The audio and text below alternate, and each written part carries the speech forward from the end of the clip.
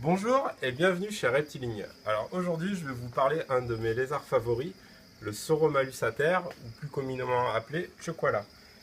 C'est un lézard qui vit dans le sud-ouest des États-Unis et le nord-ouest du Mexique, dans un habitat désertique, plutôt rocailleux. Sa morphologie en fait lui permet de rentrer entre les failles des rochers et de se gonfler, en fait, d'augmenter le volume de son abdomen pour se caler entre les rochers. Il devient impossible de l'extraire quand il est gonflé entre les failles des rochers. Donc, le mâle en fait a une coloration, enfin au moins cette population-là qui est pas courante en captivité en fait, qui sont probablement originaires d'Arizona. Donc les mâles ont une coloration noire mouchetée de blanc avec la queue blanche et cette coloration s'intensifie lorsque l'animal est chaud. Une autre particularité pour reconnaître aisément les sexes est la présence de pores fémoraux très marqués chez le mâle. Donc c'est un exemple en fait d'évolution convergente. Enfin c'est ça qui est vraiment passionnant avec ce lézard, c'est que c'est un exemple d'évolution convergente avec un agamidé qui vit en Afrique du Nord, Moyen-Orient, Iran, Irak jusqu'au nord de l'Inde.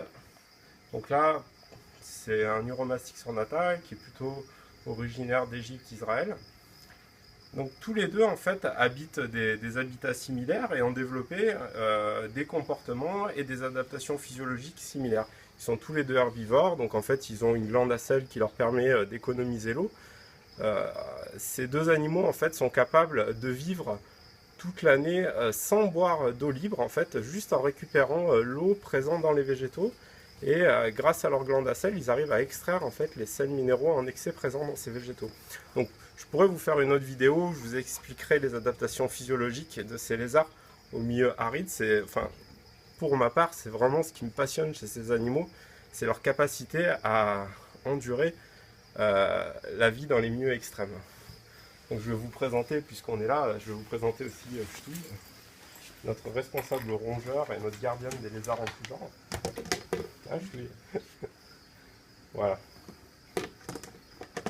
Donc nous avons rentré à Reptiling quelques spécimens donc, de ces merveilleux chocolats originaires d'Arizona.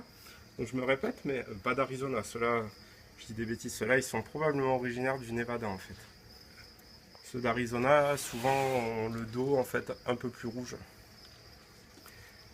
C'est des animaux qui sont très très faciles à élever en captivité. En fait, ils ont besoin d'un terrarium relativement grand, enfin pas excessif non plus, comme pour un Pogonaviticeps. Un bac d'1m20, 70-50 ou 1m20, 50-50 convient parfaitement pour un individu ou pour un couple. Comme tous les animaux, enfin comme tous les lézards héliophiles et héliothermes, il leur faut un éclairage de qualité à l'intérieur du vivarium, donc un néon de type UV 12%, la marque Arcadia ou Zoomed. Un point chaud réalisé avec un spot ou une lampe Solar Raptor éventuellement. Vous pouvez rajouter une lampe à LED afin d'augmenter la luminosité dans le bac. Donc je pourrais dans une prochaine vidéo vous montrer les autres chukoilas que j'ai à mon élevage Bébésaurus.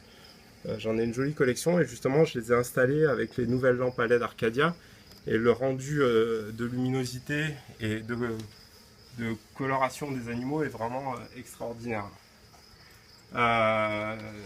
Donc nous avons ces animaux disponibles à la boutique Reptiling de Lyon et uniquement de Lyon.